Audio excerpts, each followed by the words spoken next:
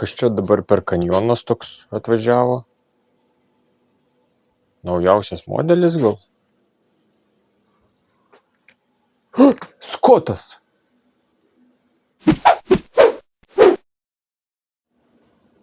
Skotas.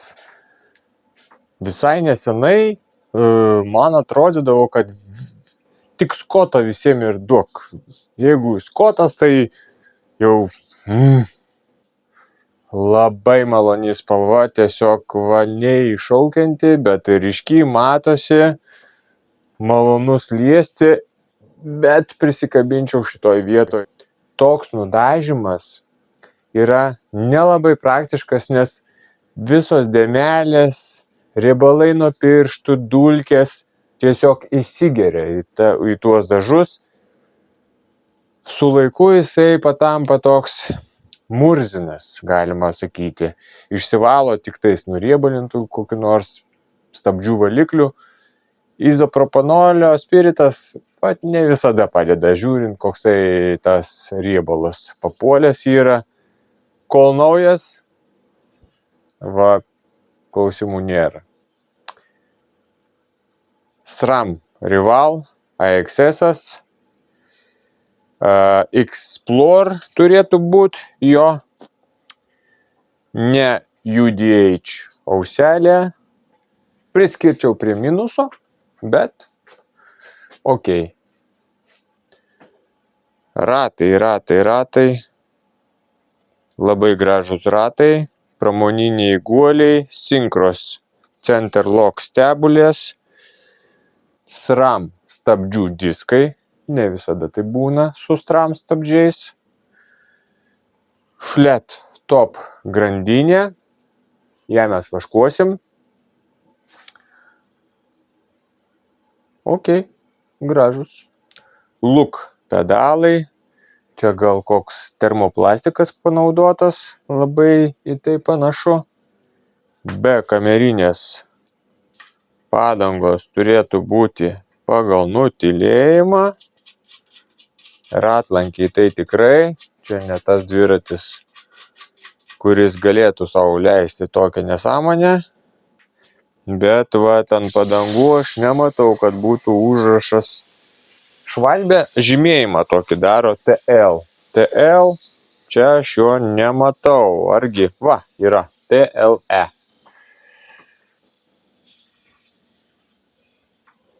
Keista, kad tik tais ant galinės padangos. Gal išskirti iš vienos pusės. Yra iš vienos pusės. Tai vadinasi padangos kryptinės. Bet galinė padanga į vieną pusę, priekinė į kitą. Nors raštas net nepasakysi. G1 Byte. Ratlankio juosta jau užvyniota, valio. Vadinasi, jeigu norėsit pasidaryti bekamerinę sistemą, jums reikės ventilių bekamerinių ir skysčio. Viskas. Išsitraukėt kamerą, prisisukat ventilį, užsipildot skysčių ir prisipučiat. Pompos reikės, Have to get away from the Babylon. Get away.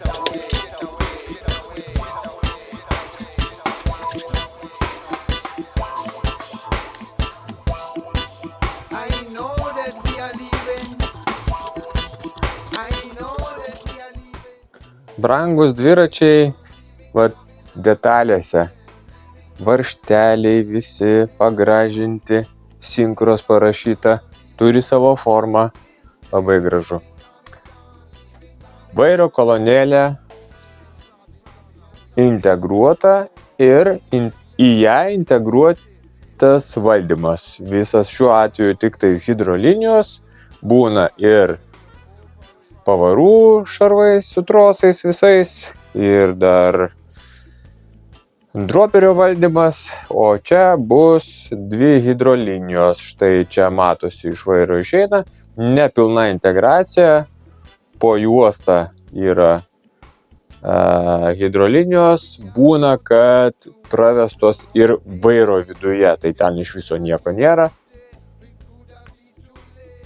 Taip, tai sudėtinga, jeigu reikia keisti guolius, tai visa istorija čia mums gaunasi, bet tai tiesiog gražiau, estetiškiau ir praktiškiau iš tos pusės, kad jūs tų linijų nebeužkabinat niekur, nei transportuojant dviračio, nei krepšiukus kabinant čia, jums atsiranda čia laisvė šitoj vietoj ir nieks netrina nei į rėmą iš išorės ir jokių nubrūžinimų nebelieka. Jo, tai sudėtingiau. Ir pavyzdžiui, jeigu jūs transportuojat dviratį lėktuvu ir jums reikia nuimti vairą, tai jisai jums čia taip tiesiog nenusijims.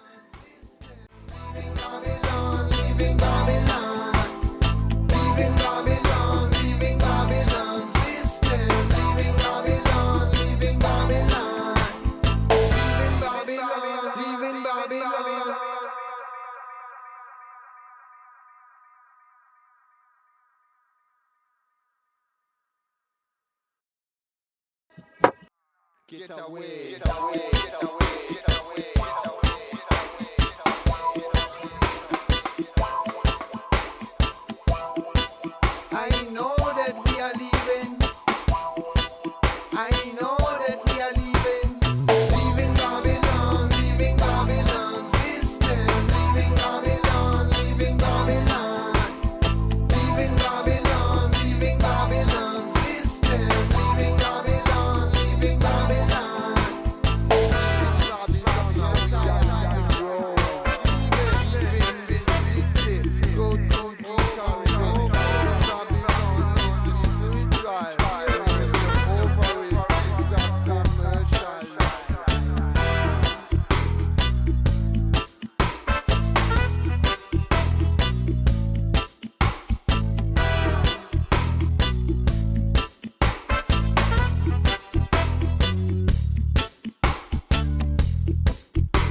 No time to waste, no hesitate. If we not leave today, it could have been too late.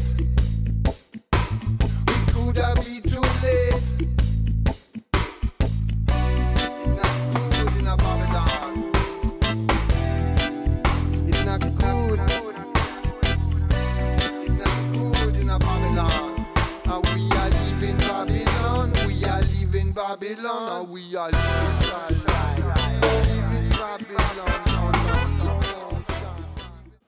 Nelabai suprantu, kam šitas čia reikalingas. Lyg ir prevencija nuo grandinės nukritimo, nors jos čia kaip ir ne visada reikia, tarkim, bet jinai neveikia. Jinai prilaiko grandinę iš viršaus, bet jeigu grandinė bando užlipti ant danties, tai čia per silpna atrama, kad grandinė jos nepakeltų. Tiesiog pakelia grandinę šitą svirtelę ir viskas. Tai kokia jos čia prasmė, reikia pasidomėti.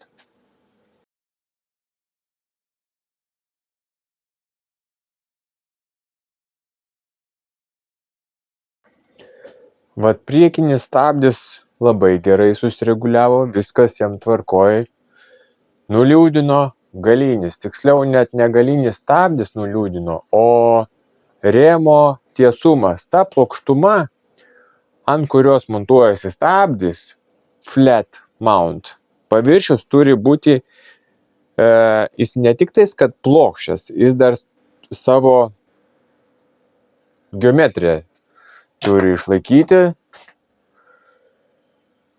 ir ant jo stabdis stovi štai taip, šiek tiek pakrypęs. Plokštuma matosi nufrezuota, dažų nėra montavimo vietoj, lygų, stabdžio apkaba su adaptorium gulasi ant jo lygiai, bet kreivai. Iš esmės, net ir taisyti negaliu tokio dalyko. Pirmas dalykas, reikalingas labai brangus įrankis tokiem rėmo defektam taisyti, kuris, švelniai tariant, neatsiperka, netgi dirbtuvėje tokių darbų pasitaiko nedaug. Antras dalykas, kadangi tai yra naujas dviratis, iš esmės aš galbūt būčiau linkęs kreiptis dėl garantijos. Aš jį sureguliavau. Taip, jisai nesitrina, ratas sukasi, tarpai pakankami, bet matosi, kad stovi skersai ir tokiu būdu mūsų kaladėlės, trinkelės stabdžių trinsis ne visa plokštuma gražiai vienodai, o bent jau pradžioje bandys prisitrinti ir trinsis šonu. Po kurio laiko prisitrins ir kai jau bus pusė kaladėlių resurso, tai atrodys, kad tiesų. Bet kai tik mes sumontuosim vėl naujas kaladėlės, trinkelės, jos vėl mum stovės šonu. Negerai, Skotai, negerai.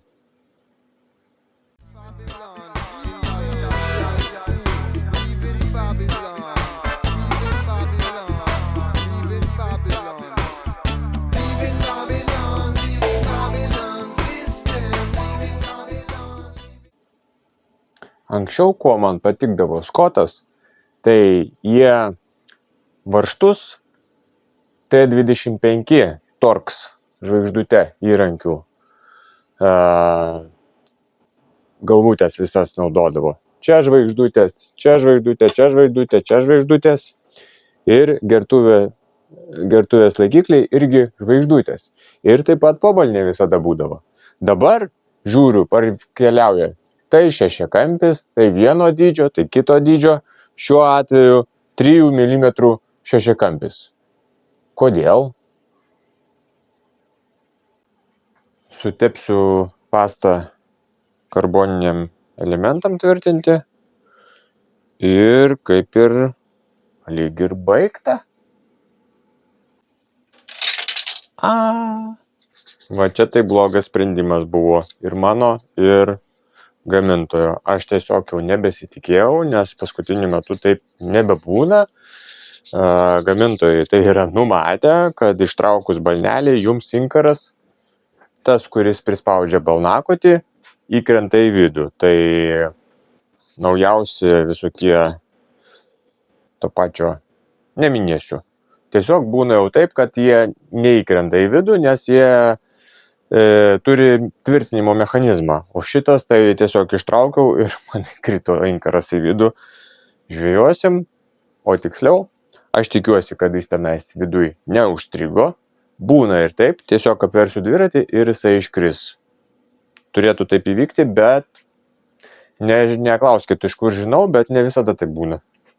Taigi, lygioj vietoj pasidarom darbo papildomo, nes tas inkaras mum neiškrenta, tiksliau man. O neiškrenta todėl, kad visas rėmas yra tuščia viduris ir pasižiūrėjus iš viršaus, aš netgi matau viniklio veleno guolių tarpinę. Tai vadinasi, ta inkaro dalis mum galėjo ten nučiuožti jau dabar bet kur. Tai bandysiu kratyti. Štai. Tiesiog tinkamai pavartaliojau rėmą ir pavyko jį išprašyti. Tokia detalė gali įstrigti į kokį tarpelį rėmo viduje ir viskas. Ir teks tada išiminėti viniklio veleną, pavyzdžiui, ir ieškoti, kur jisai ten. Tiesiog, atgal tam, kad jį sumontuot, aš uždėsiu lipnaus tepalo čia ir jisai prisiklijuos ir tepalas mums padės netgi šitoj vietoje geriau prispausti balnelį.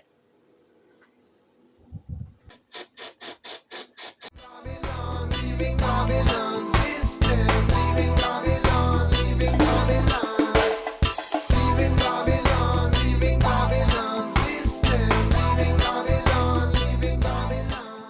Taigi, reziumuojant, dviratis man labai patiko. Iš techninės pusės, žinoma. Dizainas labai gražus, ratai nuostabus. Gal šiek tiek reikėjo pakoreguoti, kurį aš čia galinį. Kelis tipinus, bet taip visai minimaliai.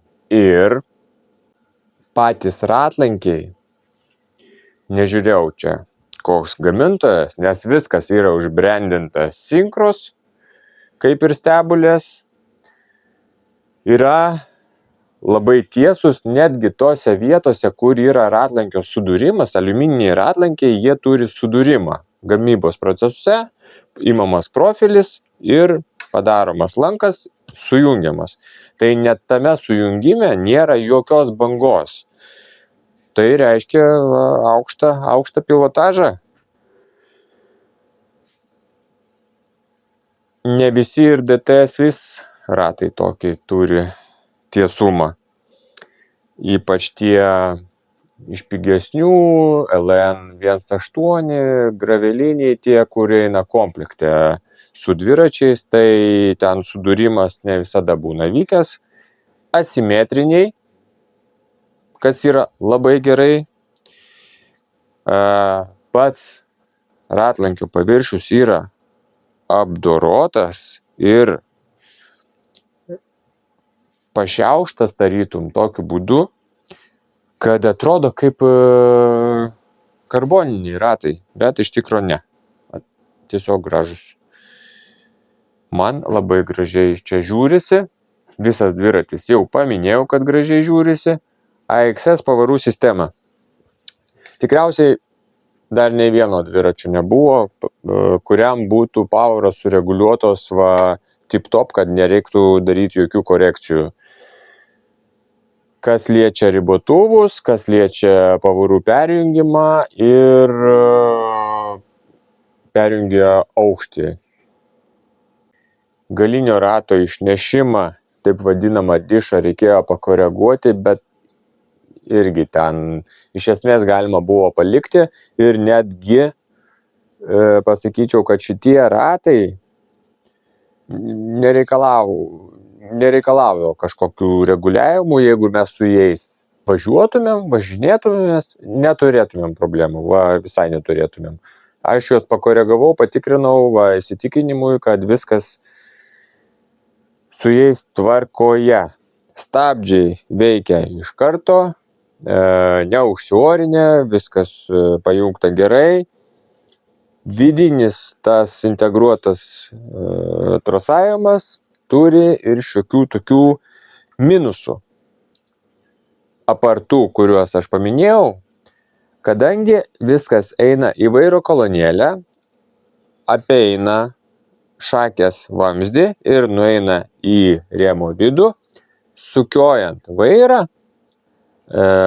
tie visi tos linijos, hidrolinijos šiuo atveju, tempiasi į vieną arba į kitą pusę ir besukant mes kartais girdim kažkur tai tų linijų bildėjimą, stuksenimą.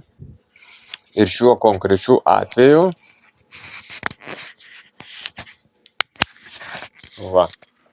parodysiu, gal išgirsit.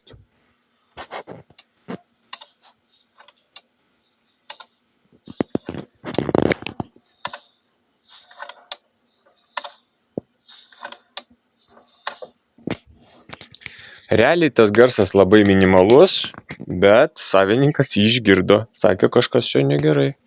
Viskas čia gerai. Tuos garsus galima bandyti nutylinti. Šiuo atveju mes paliksim taip, kaip yra, nes tam, kad nutylinti, reikia išardyti stabdžius, atjungti linijas, įdėti į įklotą tokį specialų ir viską atgal surinkti. Tai čia švaistiklių nuėmimas, presfit guolių išpresavimas, atgal išpresuotus guolius nerekomenduojama montuoti. Ašelių rankenėlė kuri yra viena, galėtų būti dvi, kitą kartą ir pametat. Yra su šešiakampiu ratam atsukt ir dar 25 torks įrankių žvaigždutė. Tai su tuo torksu galima pasikoreguoti vairą, iškišą pasitiesinti, jeigu netyčiom netiesiai stovi, ir atsisukti ratus. Bet vat štai balnelį nepasikoreguosim. Šitas raktelis tiesiog montuojasi į vidų, įsistato ir užsifiksuoja. Ten yra žiedelis viduj ir įsispaudžia. Paliksiu jį ant priekinio rato, nes dažniausiai transportuojant, dedant dviratį į automobilį, mums reikia nusimti priekinį ratą. Galinio rato nenuiminėjam, net neturim tokios idėjos. Galinio rato nuėmimas čia yra kraštutinumas iš esmės, nes reikia žiūrėti, kad grandinė pataikytų, žodžiu, daug daugiau reikalų. Taip ir neradau, kokia yra šio rėmelio prasmė. Tvirtinasi vietoj priekinio perjungėjo, gal kaip slopintuvas kažkoks, nežinau. Jį nulenkti tai labai paprasta, tai grandinės jisai čia mums niekaip nenulaikys, jeigu jinai pradės lipti ant antračių. 45 padangos turėtų tilpti, bent jau taip mum rašo. Tarpas realiai toj vietoj, kur padanga būna plačiausia, 54 galima sakyti, 55. Bet tai čia 55 yra tarpas maksimalus iš vis koks įmanomas. Tai reikia palikti iš šonų bent kelis milimetrus, tai jo, po 40.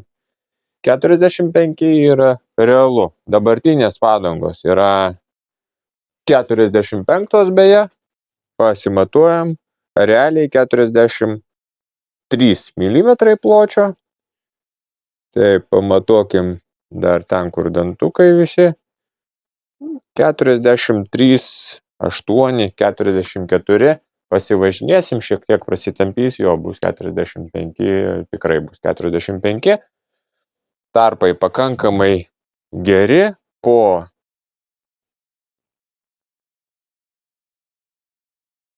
7 gal, ar 5 mm, ne, 7 nebus, po 5 mm, 6. Jo, platiną aš jau čia neįčiau, teisingai nurodo gamintojas.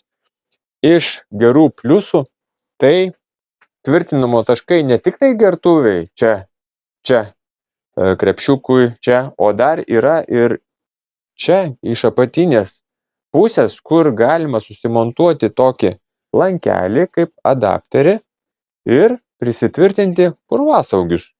Ir netgi štai čia, iš vidinės pusės, čia ir čia, yra jiem tvirtinimai, kas ne visada būna ant karboninių tokių variantų. Taip, o šakė irgi turi iš vidaus tvirtinimus, iš išorės neturi. Rėmo apsauga nuo grandinės chain suck taip vadinamo, kada grandinė užsivynioja ant dantračio. Būna tokie atvejai, kai dantratis jau pasidėvi ir kartais užkabina grandinę, arba jinai nukrenta dėl kažkokių priežasčių ir užkabina tada tą grandinę rėmą ir rėmą šiek tiek įpjauna arba sugadina. Tai čia tiesiog lipdukas, ne metalinė apsaugėlė, o tiesiog lipdukas. Skotą aš visada vertinau kaip gerai surinktą dviratį ir visada turėdavo gerus ratus. Paskutinių kelių metų tendencijos, kokių kelių? Jau 5 tikriausiai. Tie variantai Skoto, kurie nebrangus, tai ten ratai šiaip sau, suvaržyti šiaip sau. Ką reiškia šiaip sau? Nepalyginsi su šitais ir tiek. Ten yra ką veikti, yra ką patiesinti, pareguliuoti, o čia va viskas čiki-piki. Vairo juosta užvyniota tvarkingai, gražiai, pati juosta maloni, su apdailom,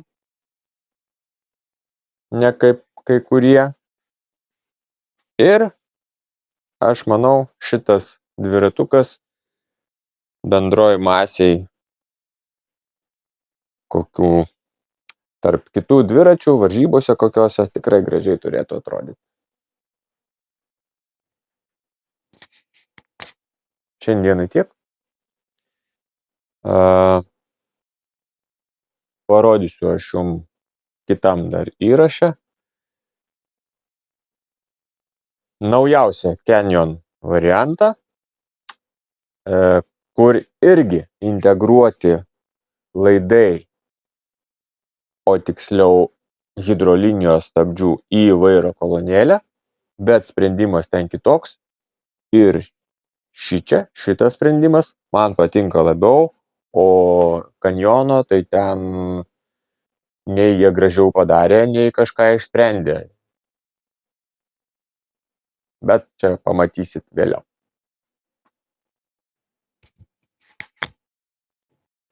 O kiekgi jisai sveria? Nežinau, nesvėriau.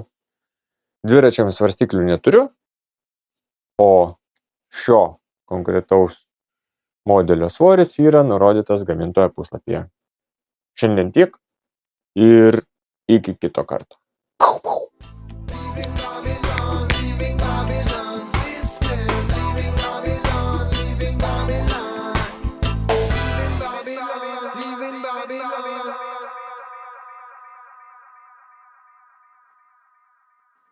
Tai čia suvirintos technologijos ratlankiai. Rimta.